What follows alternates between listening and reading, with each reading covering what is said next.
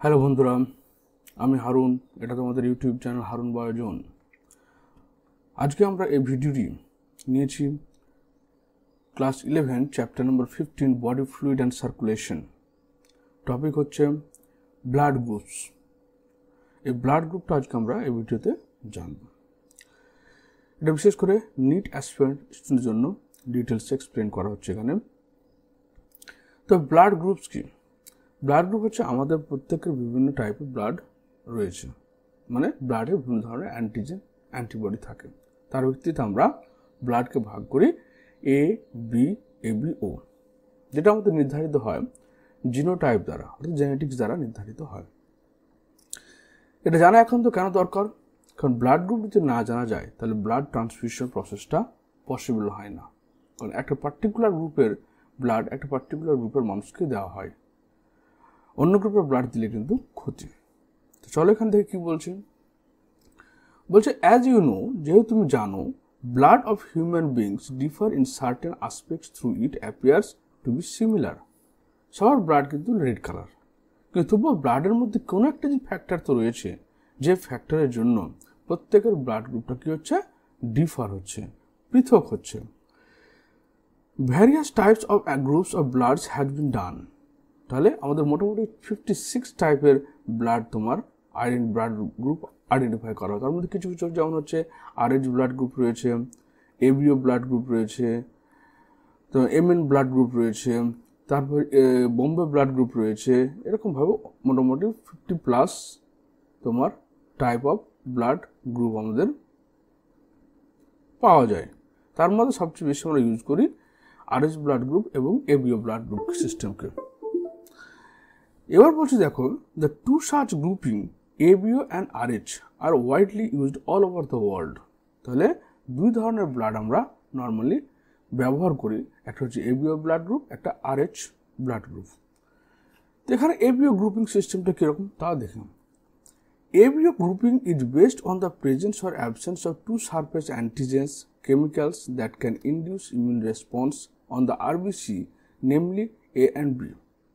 তার আমাদের যে RBC রয়েছে, অর্থাৎ আমাদের যে লোহিত রক্তকণিকা রয়েছে, এই লোহিত রক্ত যেটা বাইকনকেভ শেপ, তার উপরে কি রয়েছে, কিছু অ্যান্টিজেন রয়েছে। এই অ্যান্টিজেনের উপর ভিত্তি করে আমরা A, B, AB and O চারটে ভাগে ভাগ করছি ব্লাড গ্রুপকে। তো সে ইন্ডিভিজুয়াল অ্যান্টিজেনগুলো কি দেখো, আমরা চারটে ভাগে A, B, AB and O চারটে ব্লাড গ্রুপ ভাগ করলাম। এর মধ্যে অ্যান্টিজেন রয়েছে কি, অ্যান্টিজেনটাকে বলা হয় অ্যাগ্লুটিনোজেন। কি অ্যান্টিজেন থাকে? তাহলে নর্মালি এখানে এই তিনটে ফিগারকে একটু লক্ষ্য করে, এই ফিগারটাকে, যে এখানে নর্মাল কি, এটা হচ্ছে একটা লিপিড চেন। এই যে সারফেস অ্যান্টিজেন, এই সারফেস অ্যান্টিজেনটা আমি এখানে দেখালাম, সেই অ্যান্টিজেনের কম্বিনেশনটা কি, সেই কম্বিনেশনের উপর ভিত্তি করে ব্লাডকে আমরা ভাগ করি। তো যেমন দেখো, সারফেস অ্যান্টিজেন প্রথমে থাকছে লিপিড, ফার্স্ট তোমার হচ্ছে লিপিড প্রোটিন থাকছে। তারপরে কি থাকছে, তারপরে তোমার থাকছে গ্যালাক্টোজ। এই দেখো ব্লু কালার যেগুলো হচ্ছে সেগুলো থাকছে গ্যালাক্টোজ। আর কি হচ্ছে, ইয়েলো কালারের যেটা মানে 5 কার্বন স্ট্রাকচার এখানে রয়েছে, সেটা হচ্ছে N-অ্যাসিটাইল গ্যালাক্টোস্যামিন। এবং এখানে আর রয়েছে কি, একটা ব্রাঞ্চ চেন ফিউকোজ রয়েছে। অর্থাৎ আমরা যে বলতে চাই, তার প্রথমে কি হচ্ছে, আমাদের একটা লিপিড চেইন রয়েছে, তার উপরে ধরুন একটা রয়েছে কি, সুগার রয়েছে, সুগার মলিকিউল, যেটা গ্যালাক্টোজ। তারপর রয়েছে কি তোমার N-অ্যাসিটাইল গ্যালাক্টোস্যামিন। তার উপরে রয়েছে গ্যালাক্টোজ।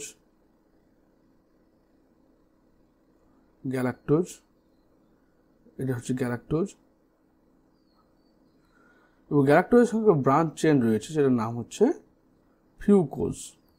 এটা সবার ক্ষেত্রে কমন।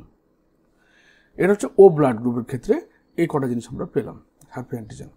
এবার যখন আমি এ অ্যান্টিজেনের ক্ষেত্রে আসছি, মানে আমার এই অ্যান্টিজেন এ বা অ্যাগ্লুটিনোজেন এ, তার ক্ষেত্রে কিন্তু এই কোটা চেনের বাইরে আরেকটা তোমার এন অ্যাসিটাইল গ্যালাক্টোসামিন থাকছে, আরেকটা এন অ্যাসিটাইল গ্যালাক্টোসামিন থাকছে, এই যে একটা এক্সট্রা এন অ্যাসিটাইল গ্যালাক্টোসামিন থাকছে। তাহলে যে সারফেস অ্যান্টিজেনটা থাকছে তার এ গ্রুপের ক্ষেত্রে কি পাওয়া যাচ্ছে, একটা এক্সট্রা এন অ্যাসিটাইল গ্যালাক্টোসামিন, এটা তোমার থাকছে সারফেস অ্যান্টিজেনে।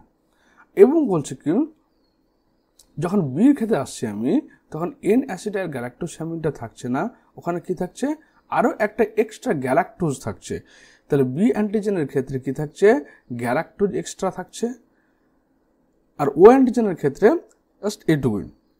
ও অ্যান্টিজেনের ক্ষেত্রে লিপিড প্রোটিন থাকলো, গ্যালাক্টোজ থাকছে, এন অ্যাসিটাইল গ্যালাক্টোসামিন থাকছে, ফিউকোজ থাকছে, আর গ্যালাক্টোজ থাকছে, এইটুকু হচ্ছে কমন। এবং এর বাইরে অ্যান্টিজেন এর ক্ষেত্রে এন অ্যাসিটাইল গ্যালাক্টোসামিন থাকবে, এবং অ্যান্টিজেন বি এর ক্ষেত্রে এন অ্যাসিটাইল গ্যালাক্টোসামিনের জায়গায় তোমার কি থাকবে, গ্যালাক্টোজ থাকবে। এইটুকু হচ্ছে ডিফারেন্স এই অ্যান্টিজেন থাকার জন্য। তাহলে ব্লাড গ্রুপ এতে অ্যান্টিজেন এ থাকলো, অ্যান্টিজেন এ মানে হচ্ছে এন অ্যাসিটাইল গ্যালাক্টোসামিন থাকবে এক্সট্রা, বি এর ক্ষেত্রে থাকবে কি, এখানে গ্যালাক্টোজ থাকবে এক্সট্রা, এ বি এর ক্ষেত্রে দুটো প্রেজেন্ট থাকবে, আর তোমার হচ্ছে ওর ক্ষেত্রে যেহেতু কোনো এক্সট্রা এন অ্যাসিটাইল গ্যালাক্টোসামিন বা এক্সট্রা গ্যালাক্টোজ প্রেজেন্ট থাকে না, তাই এখানে কোনো অ্যান্টিজেন থাকে না। I think clear.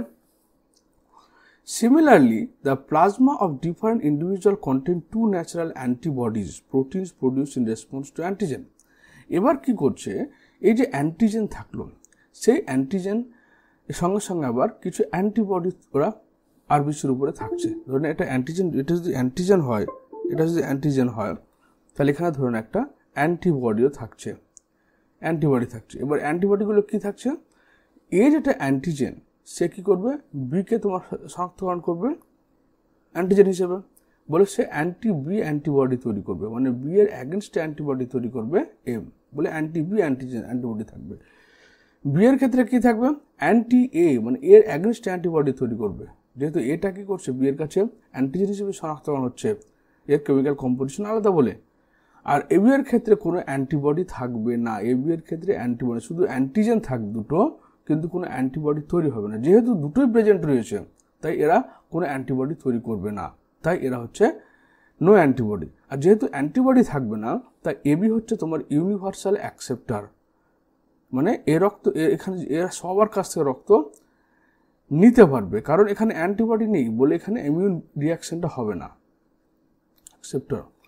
আবার ও গ্রুপের ক্ষেত্রে কি হচ্ছে, এখানে অ্যান্টিজেন থাকে না, যেহেতু অ্যান্টিজেন নেই কিন্তু অ্যান্টিবডি এখানে রয়েছে, অ্যান্টিবডিকে প্রতিরোধ ক্ষমতা তৈরি করবে, সেহেতু কোনো ব্লাড গ্রুপের রক্ত এখানে প্রবেশ করতে পারবে না, কারণ রক্ত প্রবেশ করলে কী হবে, হিমোলাইসিস হয়ে যাবে বা ব্লাড কোয়াগুলেশন হয়ে যাবে, যেটা অ্যান্টিবডি থাকার জন্য। বলে ও কি করতে পারবে, সবাইকে রক্ত দিতে পারবে কিন্তু সবার কাছে কারোর কাছে নিতে পারবে না, এই জন্য হয়ে গেল কি universal donor. I think clear, অ্যান্টিজেনের ব্যাপার, অ্যান্টিবডির ব্যাপার ক্লিয়ার হলো।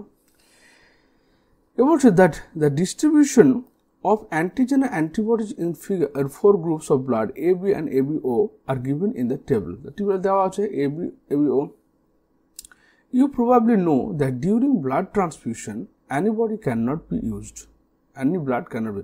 তাহলে আমরা যখন ব্লাড মানে ডোনেট করি, ট্রান্সফিউজ করি, তখন কিন্তু তার দেখা যাচ্ছে এখানে কি সব ব্লাডের গ্রুপকে আমরা কিন্তু নিতে পারবো না। কেন নিতে পারবো না?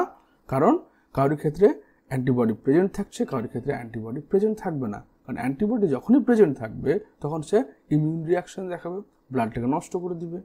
তাই বি গ্রুপের রক্ত, এ ব্লাড গ্রুপের রক্ত বিকে নিতে পারবে না, কারণ বি অ্যান্টি বি তৈরি করেছে। বি গ্রুপের রক্ত একে নিতে পারবে না, কারণ অ্যান্টি এ তৈরি করেছে। আর এ বি গ্রুপের কোনো অ্যান্টিবডি যেহেতু নেই, সে সবাইকে নিতে পারবে। আবার ওর ক্ষেত্রে যেহেতু দুটো অ্যান্টিবডি রয়েছে, তাই সবাইকে দিতে পারবে কিন্তু নিতে পারবে না। The blood of donor has to be carefully matched with the blood of recipient before any blood transfusion to avoid severe problems of clumping, destruction of RBC. সুতরাং যখন আমরা ব্লাড ট্রান্সফিউশন করব তখন অবশ্যই আগে জেনে নিতে হবে তার ব্লাড গ্রুপটা কি আছে। কারণ ব্লাড গ্রুপ না জানা থাকলে ব্লাড ট্রান্সফিউশন করলে ব্লাড কোয়াগুলেশন বা ব্লাড ক্লাম্পিং হতে হবে, আর ডিস্ট্রাকশন অফ আরবিসি, আর এটাকে হিমোলাইসিস, ডিস্ট্রাকশন অফ আরবিসিকে আমরা বলি হিমোলাইসিস। হিমো মানে হিমোগ্লোবিন, আর লাইসিস মানে ভেঙে যাওয়া। The donor compatibility is shown in table 15। Donor compound কি, তাহলে ডোনার গ্রুপ কি হলো, তাহলে ও যেহেতু সবাইকে দিতে পারবে সুতরাং ও হচ্ছে সবাইকে দিবে, কিন্তু এ কী করবে, ও এর কাছ থেকে নিতে পারবে, আবার এ বি এর কাছ থেকে নিতে পারবে। কেন, এ বির যেহেতু অ্যান্টিবডি নেই, তাই এ ব্লাড গ্রুপের পার্সন এ বি এর কাছ থেকে ব্লাড নিতে পারবে, এ ব্লাড গ্রুপ সে কী করতে হবে, দেওয়ার ক্ষেত্রে একে ব্লাড দিতে পারবে এবং ওকে ব্লাড দিতে পারবে, কিন্তু এ যেহেতু এ বিকে ব্লাড দিতে পারবে না। কেন, কারণ এ বির কাছে অ্যান্টিজেন রয়েছে, ওকে, তাই এ ওকে দিবে। বি কী করবে, শুধু বিকে দিতে পারবে, ওকে দিতে পারবে, কিন্তু এ বি কাকে দিতে পারবে, এ বি সবার কাছ থেকে ডোনার্স গ্রুপ মানে এ বি সবার কাছে নিতে পারবে, এ বি ও সবার কাছ থেকে নিতে পারবে কিন্তু দিতে পারবে না কাউকে।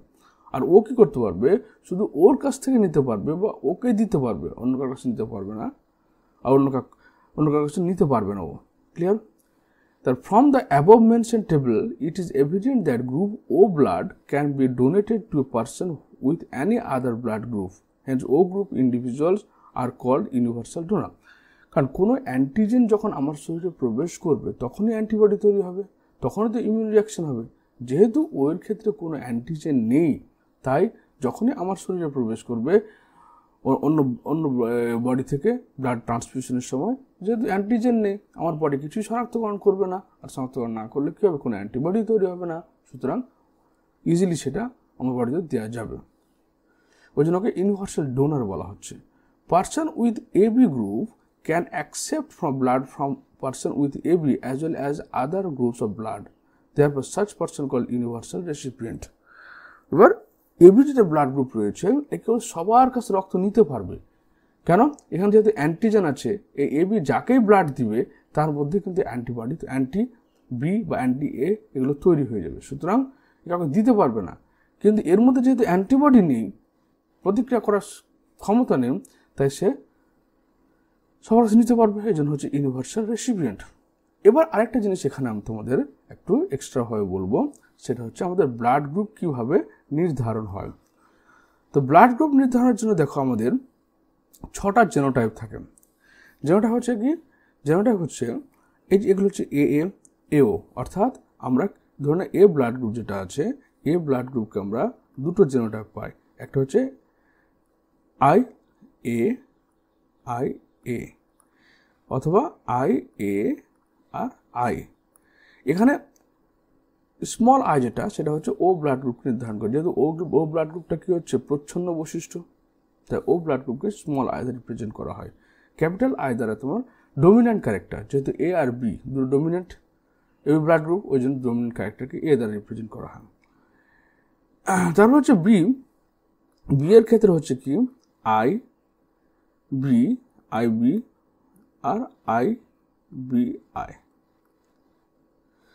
সি এর ক্ষেত্রে হচ্ছে কি, এগুলো হচ্ছে আই ফর ইমিউনোগ্লোবুলিন, আই বলতে হচ্ছে কি ইমিউনোগ্লোবুলিন। সি এর ক্ষেত্রে আই বি হলো, মানে এ বির ক্ষেত্রে। আর ও এর ক্ষেত্রে আমরা পাই কি স্মল আই। এগুলো জেনোটাইপস, এগুলো এই 6টা জেনোটাইপ আমরা এখানে পাই না। এমসিকিউ কোশ্চেনের সময় হয়, যেটা ক্লাস 12-এ তোমরা ইভলিউশনে গিয়ে পড়বে। 6টা জেনোটাইপ পাওয়া যায়, টোটাল কটা জেনোটাইপ পাওয়া যায় এমসিকিউ কোশ্চেনে, 6খানা জেনোটাইপ পাওয়া যায়। এবার ধরে নাও বাবা হচ্ছে তোমার এ ব্লাড গ্রুপ আর মা হচ্ছে ধরে নাও ও ব্লাড গ্রুপ, তাহলে সন্তানের সম্ভাবনা কি থাকবে? তাহলে বাবার এ ব্লাড গ্রুপ মানে কি, এখানে হওয়ার সম্ভাবনা হচ্ছে আই এ, এবং ও ব্লাড গ্রুপ মানে কি, কোন জেনোটাইপ আমরা পেয়েছি, ও ব্লাড গ্রুপ মানে স্মল আই হলো। তাহলে এখানে ক্রস করো আই এ আই,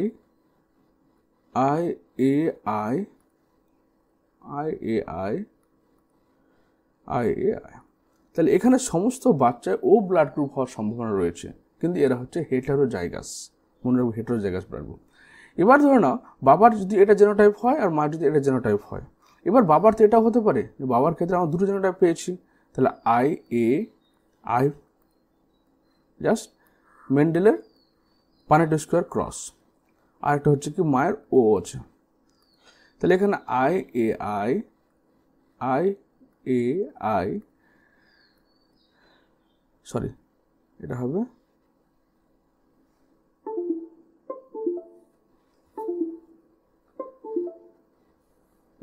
আই,